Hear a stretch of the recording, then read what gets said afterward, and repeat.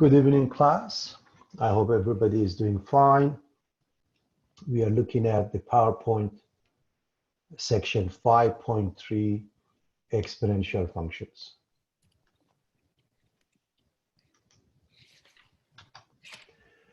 So we've covered composite functions. In short, FOG, referring to f of g of x, GOF, referring to g of f of x. We discussed a one-to-one function, which simply put, it gives us one more restriction when it comes to a function. A function is considered a function if it passes a vertical line test.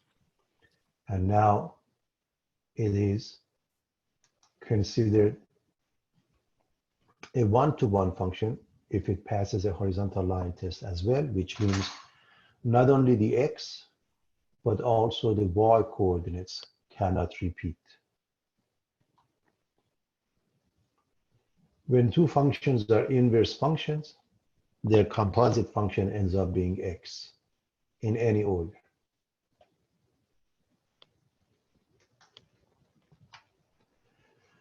To find inverse functions, we go through a few steps. The first one is to replace the f of x with y, just because it makes it easier to calculate.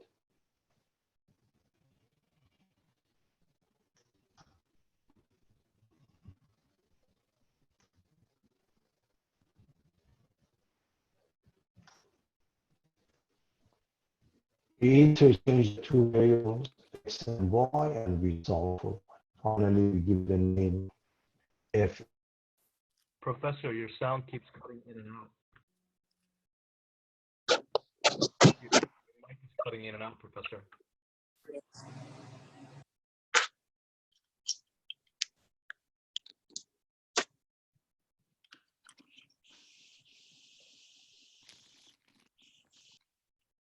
Yes.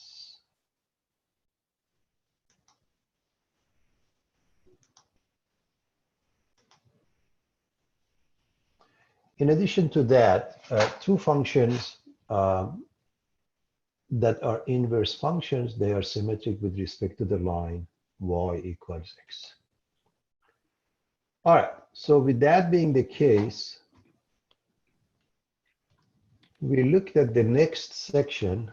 We started by looking at exponential functions. As I've mentioned, f of x equals a to the power of x.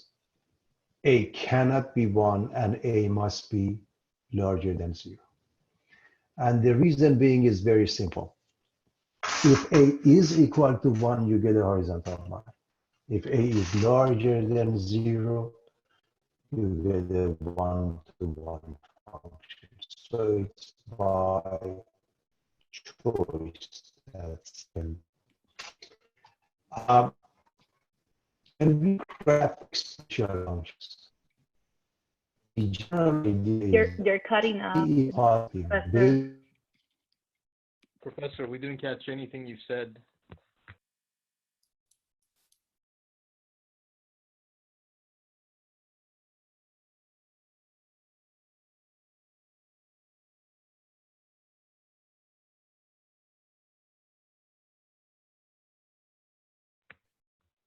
Is anyone still there? I'm here. Yeah, it's just the professor. Yeah. I'm here.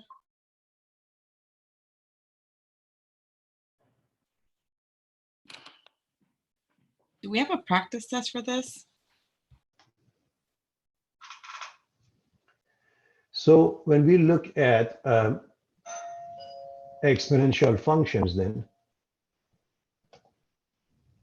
the general shape is very simple. It either looks like the top ones when a is larger than 1 or like the bottom ones if a is somewhere between 0 and 1. So as an example, we looked at 2 to the power of x and 3 to the power of x. Ultimately, they look pretty much the same. If you put them on the same set of axes, okay, in that case, 3 to the power of x will be closer to the y-axis.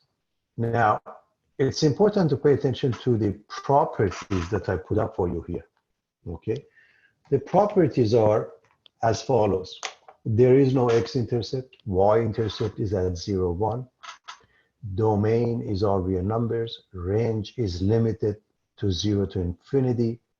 Horizontal asymptote is the same as this, the x-axis, giving you the equation y equals 0. And it's an increasing function. Now, all of them is the same for any exponential function.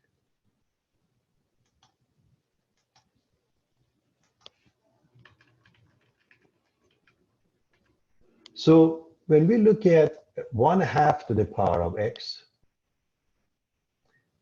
we can do the graph in the same manner. I'm sure everybody remembers that from intermediate algebra, and if you don't,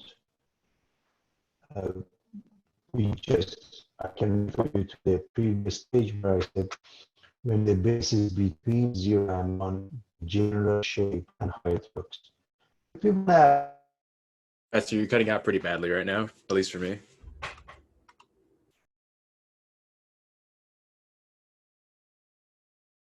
we have the graph, we have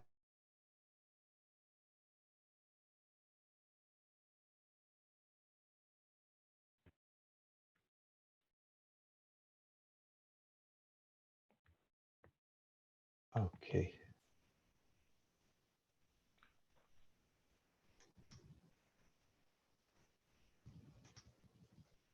So if we plot these pairs carefully,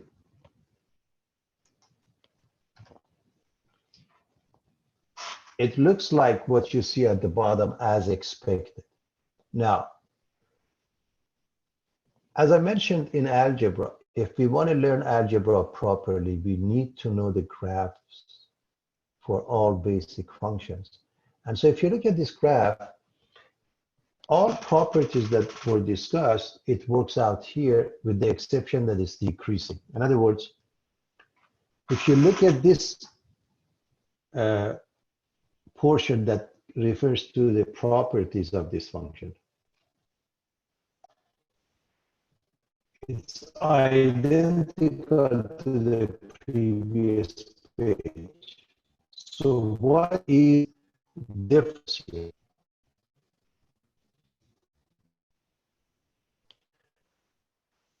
The difference is that it decreases. Professor, we can't hear you at all. Method of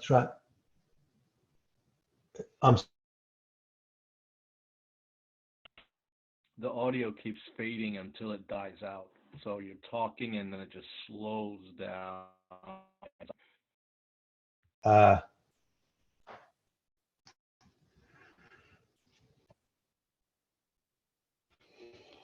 So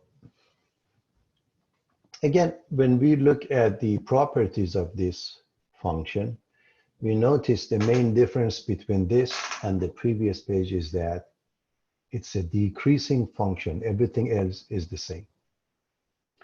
If we were to this by the method of transformation, notice 1/2 to the power of x is the same as 2 to the power of negative x. So we are going to look at it that way. Needless to say, the limits, as you can see here, all you have to do read from the graph. When x approaches negative infinity, that means we are dealing with the second quadrant. When x is positive infinity, we end up with the horizontal asymptote. Okay, y equals 0. That's what happens. So if we look at this transformation, what I want you to notice is that 1/2 to the power of x is the same as 2 to the power of negative x. The reason being, class, I want to make sure everybody can see that here, okay? So 1/2 to the power of x, we can say 2 to the power of negative 1 to the power of x, which is 2 to the power of negative x. So in math comparison, the 2 to the power of x, basically it flips over.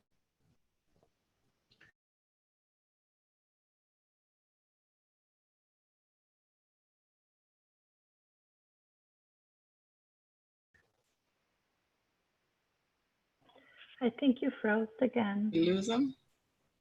Yeah, I was about to say he's frozen for me. Yeah.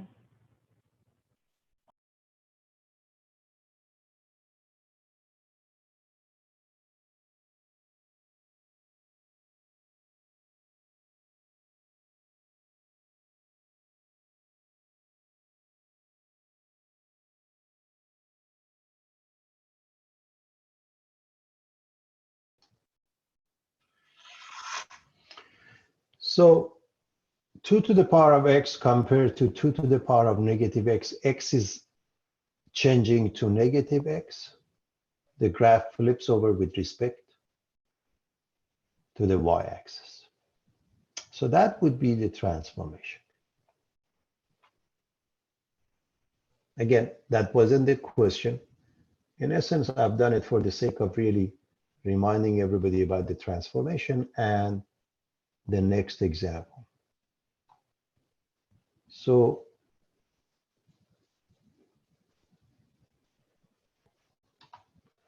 the next example, f of x is 2 to the power of minus x minus 3. It says graph the exponential function translation. First of all, you can start from 2 to the power of x first and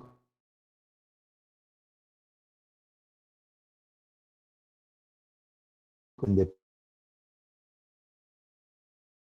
Yeah, Professor, you're gone for me. Yeah, I also can't hear you.